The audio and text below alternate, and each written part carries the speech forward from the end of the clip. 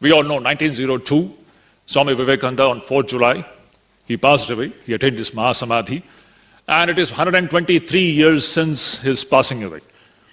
If today Vivekananda comes back to India, okay, it's a very interesting imagination. You can try to imagine.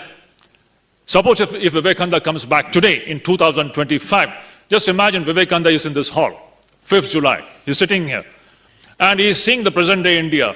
What will be his response? It's an important point for all of us to think. Have we really followed the path shown by this great master? Absolutely no. Especially Bengal, I would say. Bengal has not yet taken Vivekananda seriously. I feel so sad.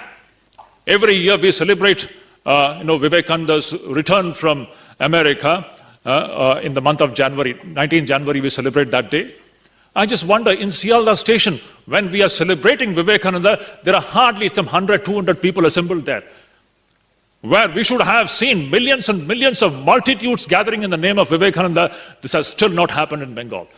That is why this has got this very, I should say, it's a very sad story in Bengal. Why is this? Bengal should have been on the forefront in leading the nation today, which is totally lagging behind, because it has not taken Vivekananda the way it should have been taken. Now, today, if Vivekananda comes to India, of course, there are many reasons for which he would have been very glad. I just can't help remembering what he had said in 1897, that wonderful prophetic vision of Vivekananda. He had said, I am seeing that my motherland is rising. The longest night seems to be passing away. The sorest stubble seems to be coming to an end at last. The seeming corpse is appearing to be awakening now. India, my motherland, is awakening on her feet. None can resist her anymore. No outward power can hold her back anymore. And never again India is going to sleep anymore, for I am seeing this infinite giant is rising on her feet. Just imagine, in 1897, more than 127 years back, Vivekananda had visualized that this motherland is rising and no one can stop its progress. This Vivekananda had predicted 127 years back. Just imagine, at a time when there was not a single ray of hope at that time. What made this great man speak like this? And today, in 2025, where does India stand? In 1947, one of the poorest nations in the world, India, we didn't have food grains enough to eat. Food grains used to come from America. In 1947, from there, today we are the largest suppliers of food grains to the other poor countries. How did this happen? During Corona, when even the biggest, richest nations could not do, we Indians did. We supplied medicines to the many third world countries. How did this happen? Today, India is the 4th largest economy in the world. From 1947, we have come to this position, especially in the last 10, 12 years. Amazing things have been accomplished. Do we have the eyes to see it? Let us be very sincere. Let us not go into the politics of the situation, but wherever some good job has been done, we should be sincere enough to acknowledge it. And today, we are everywhere. Space science, nuclear science. Today, India is not following somebody else's decision. We are the decision makers today. And in the next 20 years, we are going to be at par with the most powerful nations in the world. This is what Vivekananda had predicted. Now, if Vivekananda sees this, definitely he would be very glad to see India is rising now. He would be very sad to see one thing. And this is what we have to be very careful. Even today, my dear brothers and sisters, just imagine. We Hindus especially, I want to talk about the Hindus. We are still so badly divided. The same old disease, the chronic disease of division. We are divided on linguistic lines, casteist lines, and especially linguistic lines. You can see every day you will find this quarrel about language. My language is superior and your language is inferior. When are we going to grow up? You will see that Tamilians don't talk to the Kannadigas. Kannadigas won't talk to Tamilians. Marathis have problem with the Hindi people. Bengalis have problem with the non-Bengalis. When are we going to become one people? Swami Vivekananda, literally he would shed tears. From Kashmir to Kanyakumari, we are one race. We are Arya Bhumi. We are Arya Putras. You may speak any language. Every language is equally great. Now always keep on seeing, see what we have to learn. Every North Indian should learn at least 1 or 2 South Indian languages and break the language barrier. Every South Indian should pick up one or two North Indian language and break the language barrier. We are all one people. You may speak any language you want, but we are one people, especially the Hindus. Just imagine, Swami Vivekananda had spoken about this very passionately. His heart would break to see how we are quarreling and bickering over this flimsy and nonsensical issues which is going on even today. If Vivekananda sees this today, he would be a totally disillusioned and a dejected person. How sad. Even after 40, 70, 77 years of India's independence, even today we are bickering over these petty things. If we 100 crores, 140 crore people, if we are united in the one spirit of nationalism, just imagine what a force India can be. Whatever we have achieved in spite of all this corruption and these divisions in our society, in spite of that, India has come to this glorious state. This is a very important subject. I can go on like this. There are many other issues. Swami Vivekananda has spoken about 3 points. Swamiji says, the future of India.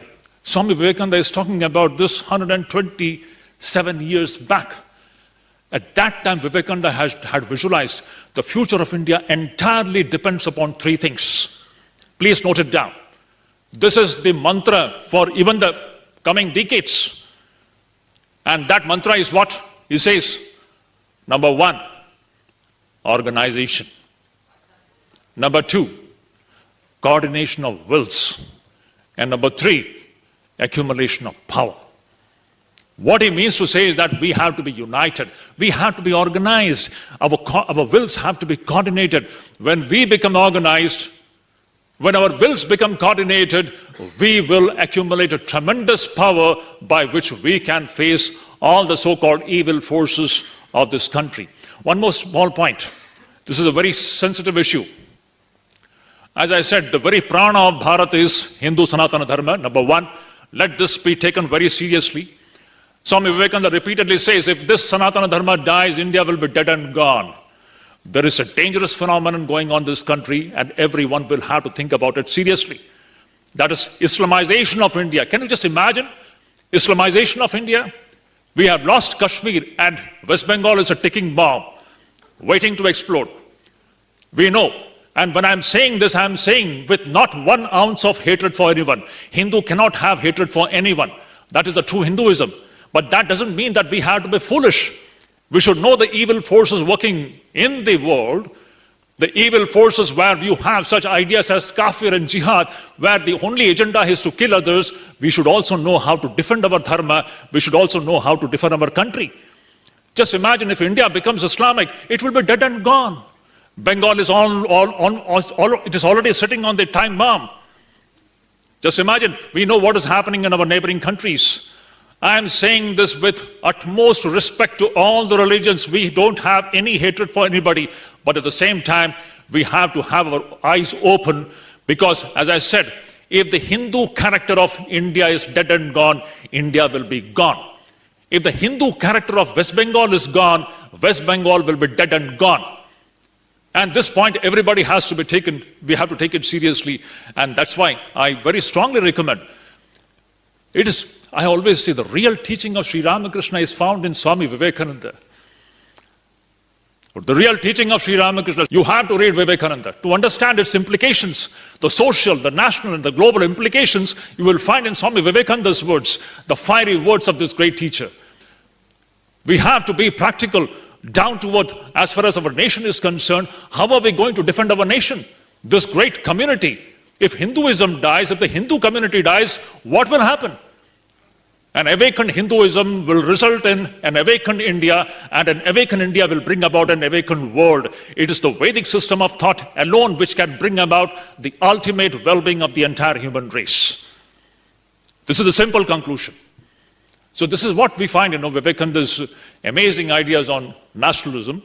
So before I just wind up, just once again, touching upon the main point, Vivekananda never tired to remind us that the nationhood of Bharat lies in this great Vedic system of thought which alone unites all of us. Just imagine Kumbh Mela, what happened just a few months back. 67 crore people assembling in one place, speaking multitudes of languages with different lifestyles. all coming together, tied down by what?